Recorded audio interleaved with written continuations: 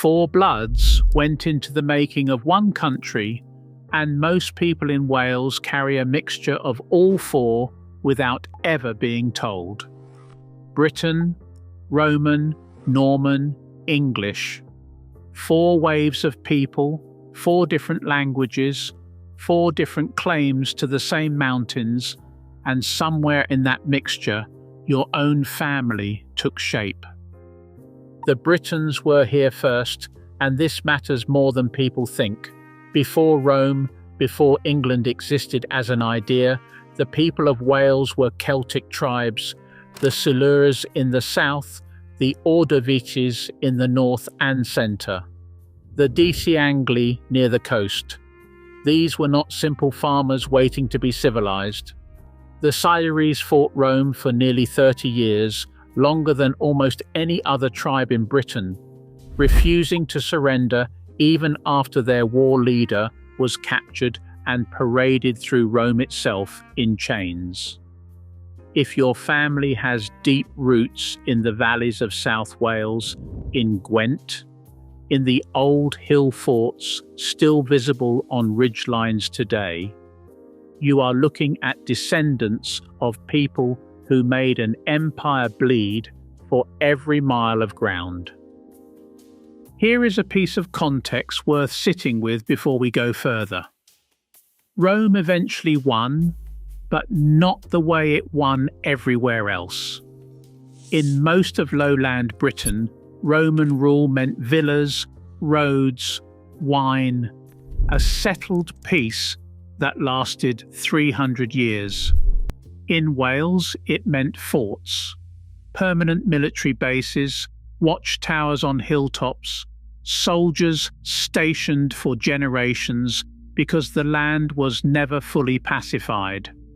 Caerleon in the southeast became one of only 3 permanent legionary fortresses in the whole of Britain, home to around 5,500 professional soldiers of the 2nd Augustan Legion, 5,500 men garrisoned for centuries simply to hold a corner of land that never stopped resisting quietly. That is worth translating properly. This was not colonization in the way we usually picture it. This was an occupying army that never fully trusted the ground beneath its own boots. The Romans left around the year 410, and for the Britons of Wales, this was not collapse. It was survival. While the rest of what would become England fell to Anglo-Saxon settlers within a few generations, the mountains of Wales did something remarkable. They held. The old Celtic language, the old Celtic kingdoms, the old Celtic identity simply refused to disappear, protected by terrain too steep and too wet for easy conquest. This is the part worth pausing on properly because it rarely gets said out loud. Wales is not a region that failed to become English. Wales is the part of Britain that succeeded in staying itself. The word Wales itself comes from an old Anglo-Saxon term, Wialas, meaning foreigners or outsiders, which is a strange thing to sit with. The Welsh were not foreigners in their own land. They were the last people standing from the Britain that existed before England was ever invented. And the invaders gave them a name that quietly rewrote who belonged where. By the year 800, Wales had settled into a patchwork of native kingdoms, Gwynedd in the north, Powys in the Midlands, Deheubarth in the southwest, each ruled by dynasties tracing their bloodlines back centuries. This is the part of the story where a Welsh family today might find its oldest thread, not in a battle or a conquest, but in a kingdom that governed itself in its own language for roughly 600 years after Rome had already crumbled into memory. Then came the Normans and everything changed again. though not all at once. In 1066, William the Conqueror took England in a single battle near Hastings. Wales took him considerably longer. Rather than a single invasion, the Normans arrived in Wales as a slow, grinding pressure along the border, a strategy so distinct it earned its own name, the Marcher Lords. These were Norman noblemen granted almost total freedom by the English crown to carve out their own territory in Wales by whatever means worked, castle by castle, valley by valley, with none of the usual restraints of royal law. This is worth a moment of honest reflection. The Marcher Lords were not a polite administrative transition. They were private warlords, licensed by a distant king to build fortresses on land that was not theirs and to keep whatever they managed to hold. Chepstow Castle, begun in 1067, less than a year after Hastings, is often cited as the oldest surviving stone castle in Britain, a blunt, physical statement of intent planted directly on the border of a country that had not agreed to any of it. If your family carries old roots along the border counties, Monmouthshire, Powys, nearer the English line, parts of Glamorgan, you may be looking at a family line shaped by two completely different forces pressed against each other for 200 years, Welsh on one side of a family tree, Norman on the other, meeting somewhere in a market town that still has a castle at its centre. But the mountains of the north and west held longer than the border ever did.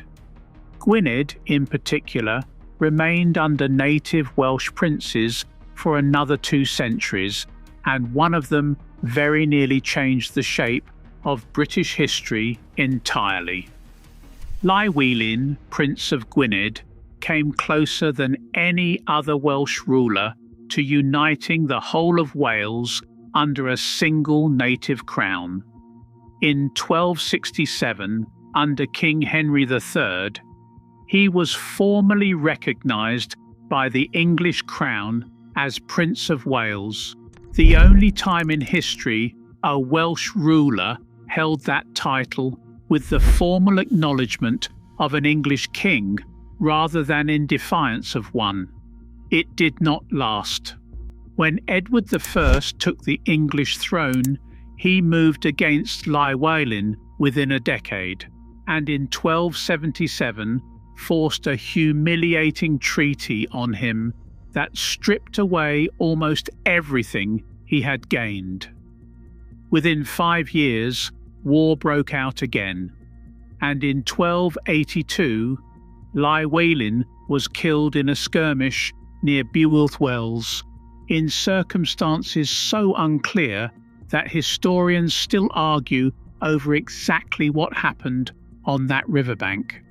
His head was sent south and displayed at the Tower of London.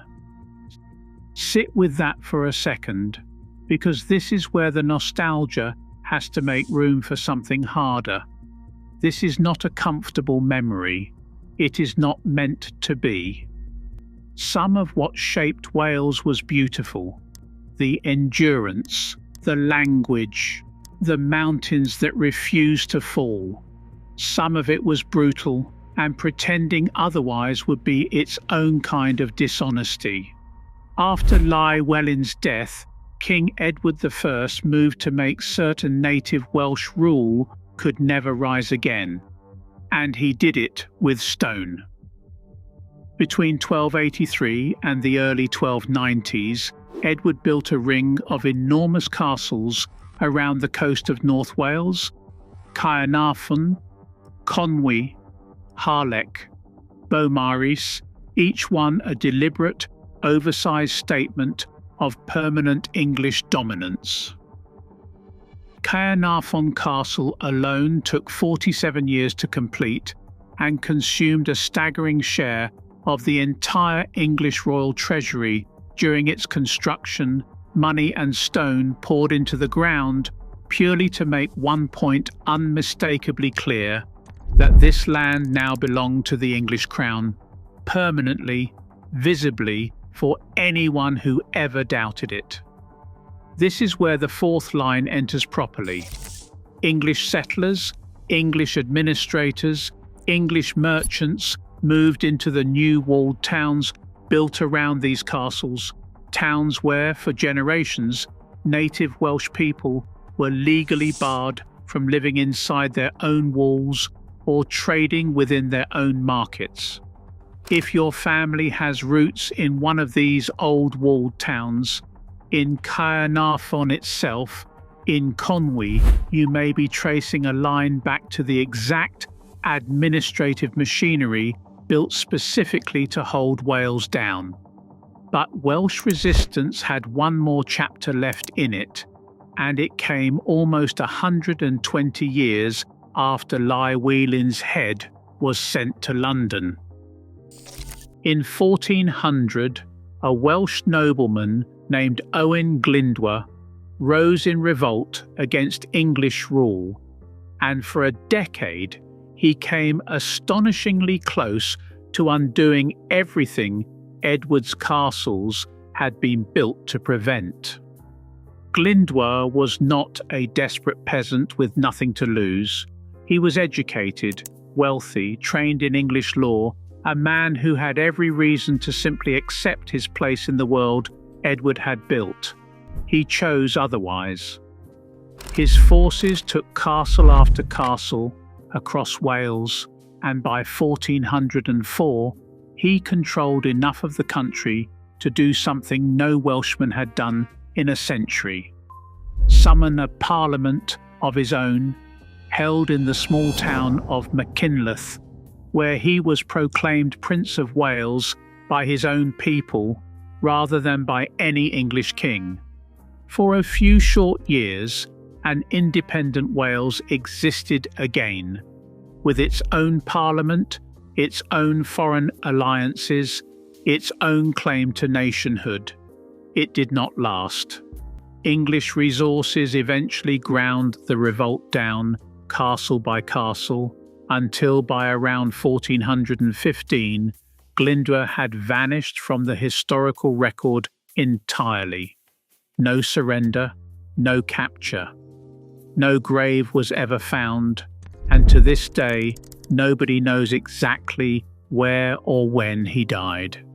A prince who simply disappeared into his own mountains rather than hand himself over, which is, in its own strange way, one of the most Welsh endings imaginable. For 250 years after the castles rose, Wales existed in this uneasy, layered state, Welsh in the mountains and valleys, Norman and English along the coast and border, until in 1536, the Acetes of Union formally absorbed Wales into the administrative and legal structure of England, ending native Welsh law entirely and making English the only language permitted in official business. And yet the language survived anyway. That is, quietly, one of the more remarkable facts in the whole of British history.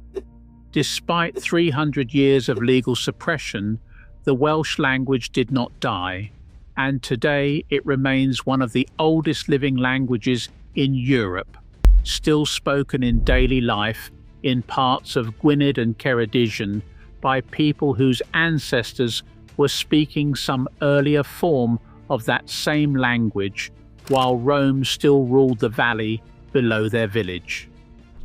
So when someone in Wales today looks at their own surname, their own accent, the shape of the town they grew up in, they are often looking at all four lines layered on top of one another without realizing it.